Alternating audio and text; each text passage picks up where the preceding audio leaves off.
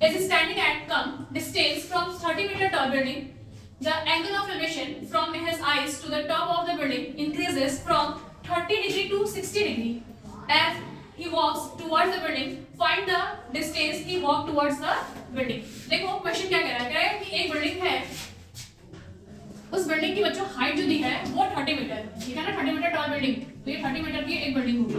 अब उसमें कह रहा है कि 1.5 metre tall boy is standing at कम डिस्टेंस फ्रॉम 30 मीटर, ठीक है?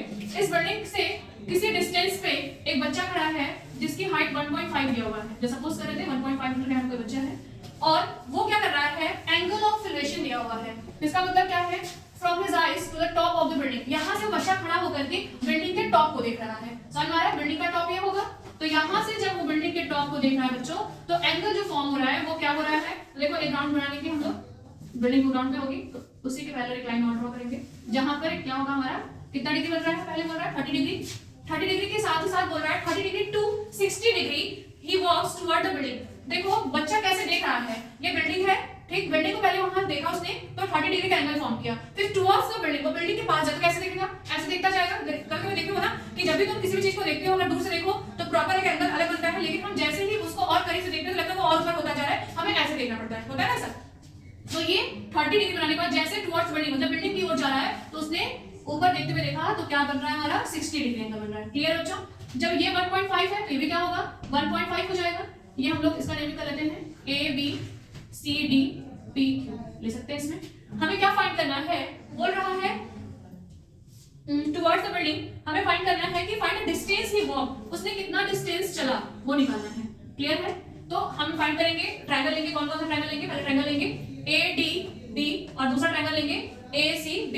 कुछ भी गिवन नहीं है, बस हमको इसमें जो डिस्टेंस है, ना तो DC का डिस्टेंस गिवन है, ना तो BC का डिस्टेंस है, बट हाइट टोटल पता है। टोटल हाइट कितना है? 30 है। तो देखो इस बिल्डिंग का जो हाइट था वो 30 था, तो 1.5 ये है, जिसका मतलब कि बिल्डिंग का इतना तक का जो पोर्शन है वो भी 1.5 है। लेकिन जहां से ट्रायंगल फॉर्म हुआ है अगर उसकी हाइट निकालना होगा तो कैसे निकलेगा बच्चों? AB की अगर हाइट निकालनी है, हमें AB की हाइट निकालनी है, तो हम लोग क्या करेंगे? पूरे AQ में से BQ को माइनस कर देंगे। AQ कितना है? 30 माइनस 1.5, तो करेंगे कितना आएगा? 28.5। क्लियर है? तो हमारी AB की हाइट आ गई 28.5 मीटर। अब लेंगे इन ट्रायंगल ADB, क्या होगा? देखो tan 30 अप्लाई करेंगे, एंगल कितना दिया हुआ है? 30 डिग्री, तो tan theta is equal to क्या होता है? Perpendicular upon base. थीटा की वैल्यू कितना दिया है? 30 डिग्री दिया हुआ है, परपेंडिकुलर क्या होगा बच्चों? AB हो जाएगा, और बेस कितना होगा? बेस कितना हो जाएगा? DB पूरा। क्लियर? तो tan 30 की वैल्यू कितनी होती है? 1/√3, 1/√3। AB कितना है? AB की वैल्यू हमने फाइंड आउट किया है 28.5 अपॉन DB। सॉल्व करेंगे तो DB इज इक्वल टू हो जाएगा 28.5√3, ठीक है? ये क्वेश्चन फर्स्ट हो गया। 28.5√3 मीटर हो गया। अब हम लोग लेंगे triangle ACB। In triangle ACB क्या होगा? tan theta is equal to same perpendicular upon base. tan theta की वैल्यू क्या हो जाएगी? यहाँ पर 60 डिग्री हो जाएगी, परपेंडिकुलर हमारा AB, बेस क्या हो जाएगा? BC। tan 60 की वैल्यू √3, AB की वैल्यू 28.5, BC अपने को पता ही है। क्या करेंगे अब?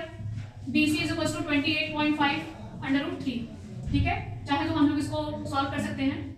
BC इज इक्वल टू कितना हो जाएगा? 28.5√3 है, न्यूमरेटर और डिनोमिनेटर मल्टीप्लाई कर दो तो हो जाएगा 28.5√3 अपॉन में 3 हो गया। क्लियर है? ये हमारी किसकी हाइट आ गई? BC की आ गई। 3/3 इसे रिड्यूस कर दो, हो जाएगा 9.5/√3 मीटर हो गया। क्वेश्चन का था find the distance he walk towards the building. वो देखो कितना बिल्डिंग की तरफ चला के 60 डिग्री फॉर्म हो गया, यानी अपने को DC फाइंड करना है। तो DC फाइंड करने के बच्चों क्या करेंगे? पूरे DB में से BC को माइनस कर देंगे। DB की वैल्यू क्या है? हम लोगों ने फाइंड आउट किया है 28.5√3 माइनस BC की वैल्यू हो जाएगी 9.5√3 मीटर। ओके, सबट्रैक्ट कर दो तो 0.0 हो जाएगा। 19 में से 9 माइनस कर, 28 में से 9 माइनस कर 19√3 मीटर। This is answer.